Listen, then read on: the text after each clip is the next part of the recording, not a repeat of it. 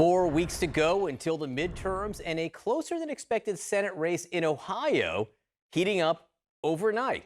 Democrat Tim Ryan and Republican J.D. Vance faced off in their first debate. This was something to see. With me now is CNN's Omar Jimenez. Some debate there. Yeah, something to see, to say the least. This was by far the most contentious debate I think we've seen in this midterm cycle. J.D. Vance and Tim Ryan talking past each other, at each other, moderators trying to jump in, Vance describing, comparing Ryan to a toddler at one point, Ryan saying that Vance not sticking up for himself when Trump said Vance was just kissing his ass for support is indicative of the type of senator he's going to be, and that's just the tip of the iceberg.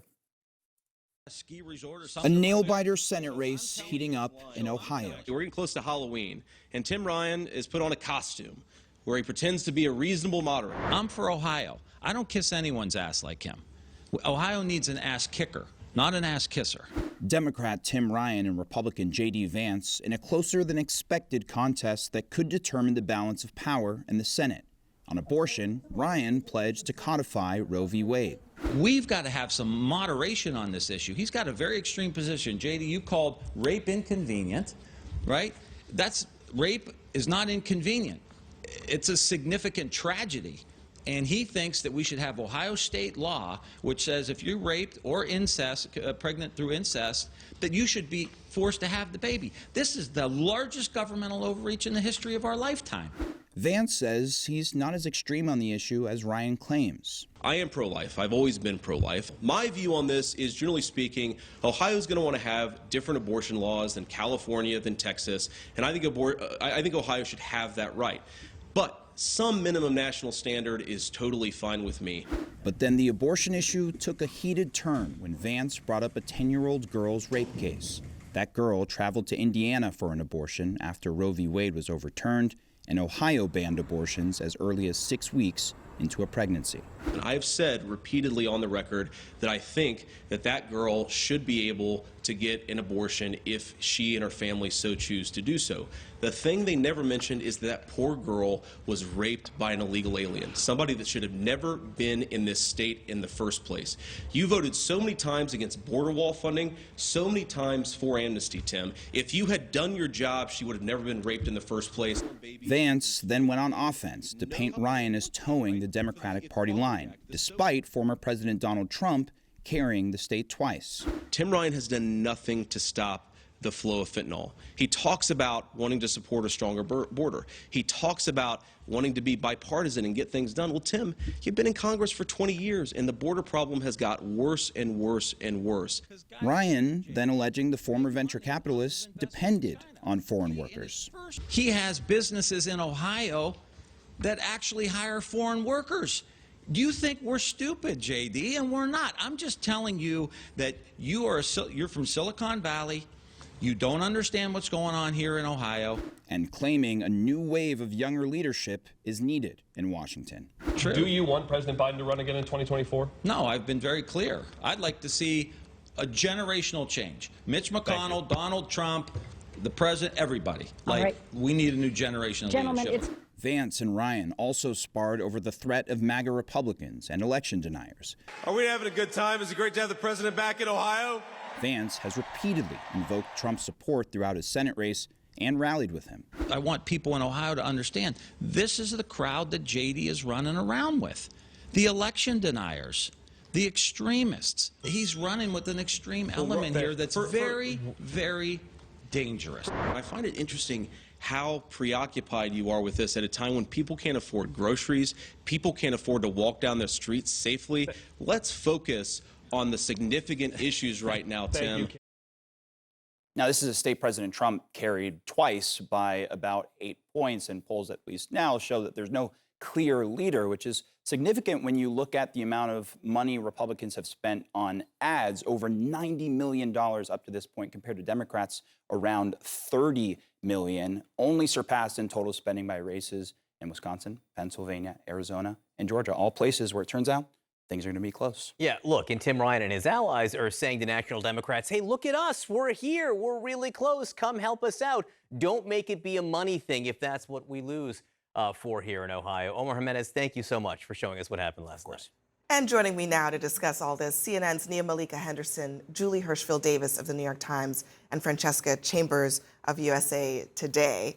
A lot of kissing, a lot of other things going on in that debate last night, but a really feisty showing for both of them, but for particularly, I think, Tim Ryan, who is he's duking it out, and he would say, really, all on his own to try to flip this seat that Democrats basically say Ohio is like kind of gone. Yeah, I mean, listen, all of the sort of prognosticators say this is a lean R state. We've seen in previous presidential elections, it's gone heavily for Trump in the last two cycles, and so that's why Democrats aren't really putting much money into it. Tim Ryan is running a very good race. He has his own money, something like $25 million or so, putting that on the air there.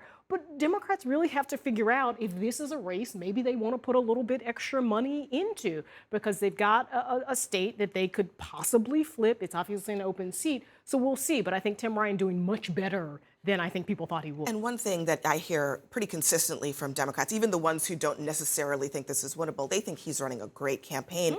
And part of it is what he is doing in this clip, distancing himself from national Democrats.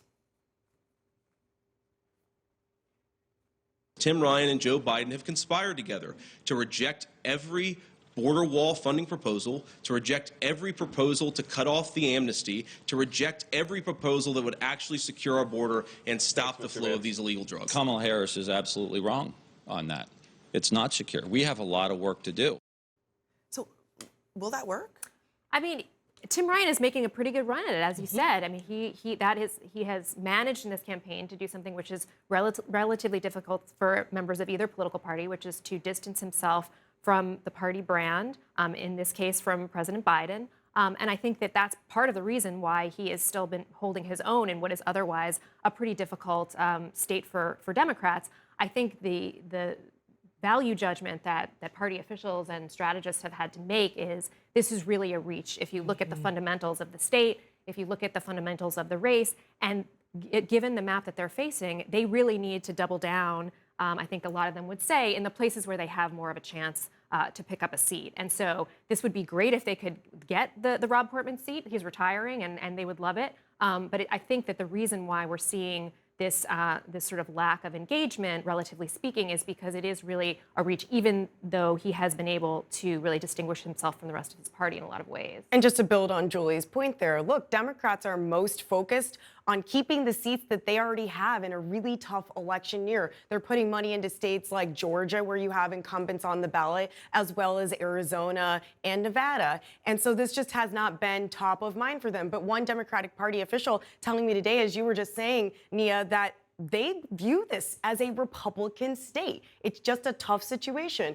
but that they do see Ryan as a good candidate who's really giving Vance a run for his money. One of the problems, I think, and the reason you hear a lot of frustration in the Ryan camp is J.D. Vance was kind of struggling. He was a little on the ropes. And then you see the Republicans, mostly really Mitch McConnell, pouring money in to give him a bit of a money advantage, $15 million on the GOP side to just $5 million on the Democratic side. And he was on Morning Joe this morning talking about just the fact that he is all by his lonesome over in Ohio. Listen.